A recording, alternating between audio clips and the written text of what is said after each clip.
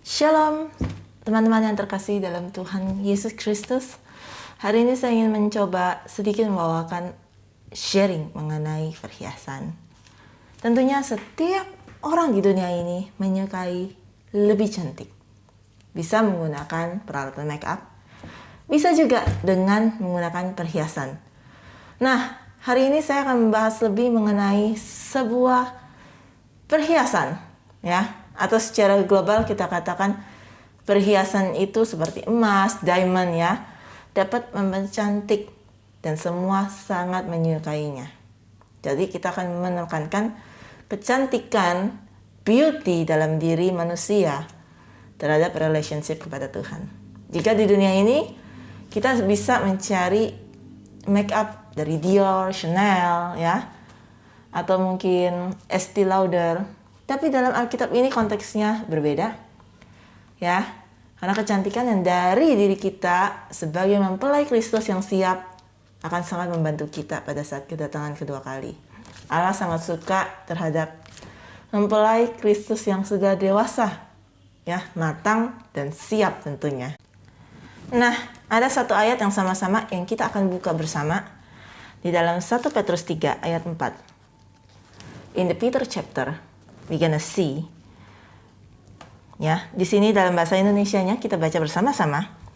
Tetapi perhiasanmu ialah manusia batinia yang tersembunyi dengan perhiasan yang tidak binasa dan berasal dari roh yang lemah lembut dan tentram yang sangat berharga di hadapan Allah.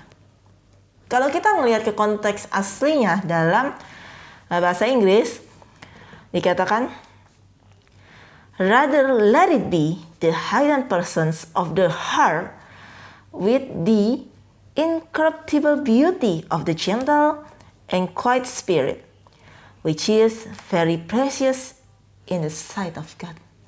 Jadi kita ini sangat berharga di hadapan Tuhan. Nah, bagaimana kita bisa menjadi orang yang tunduk, berharga, melewati proses? Kuncinya adalah kita melekat sama Tuhan. Kita mempunyai roh yang apa? Roh yang lembut. Mempunyai roh yang ingin dibentuk. Dan juga menciptakan ketentraman. Karena roh lembut dan ketentraman itu kalau kita mau kita ikuti, itu adalah menyukai hadiratnya Tuhan. Hadiratnya Roh Kudus. Ada perkenanan Allah atas hidup kita. Dan kalau itu semua terjadi, maka apa? Ada pengendalian diri atas hidup kita, ya. Pada saat kita sudah melekat sama Tuhan, pada saat kita sudah ibaratnya ingin haus akan Tuhan, ya, merindukan, menyukai hadirat Tuhan, itu artinya kamu akan tak jemu-jemu berdoa sama Tuhan, ya, tanya sama Tuhan, ya.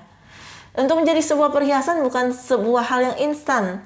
Dia harus melewati tempaan-tempaan agar dia jadi murni. Nah, begitu juga dengan hidup saudara dan saya. Dan kalau kita menyukai itu semua, maka kita harus tahu Bapa kita adalah sumber kasih. Bapa kita adalah sumber kekuatan, power. Dan di dalam dia ada penguasaan diri atas hidup saudara dan saya. Kita baca yuk ayatnya sama-sama. Oke, kita sama-sama baca ya. Dalam terjemahan bahasa Indonesia, 2 Timotius 1 ayat 7. Sebab Allah memberikan kepada kita bukan roh ketakutan ya, bukan. Melainkan roh yang membangkitkan, memberikan kekuatan, kasih, dan ketertiban atau penguasaan. Ya, kita lihat yuk ke bahasa Inggrisnya. For the God has not given us a spirit of fear, but of power and of love and of the sons of mind. Jadi kita diberikan kasih, diberikan juga kuasa. Jangan takut, ya. Saya harap dua ayat tadi dari 1 Petrus 3 ayat 4 dan juga 2 Timotius 1 ayat 7 ini dapat membangkitkan kita dan menyadarkan kita siapa kita di matanya Tuhan. Tuhan memberkati. God bless you.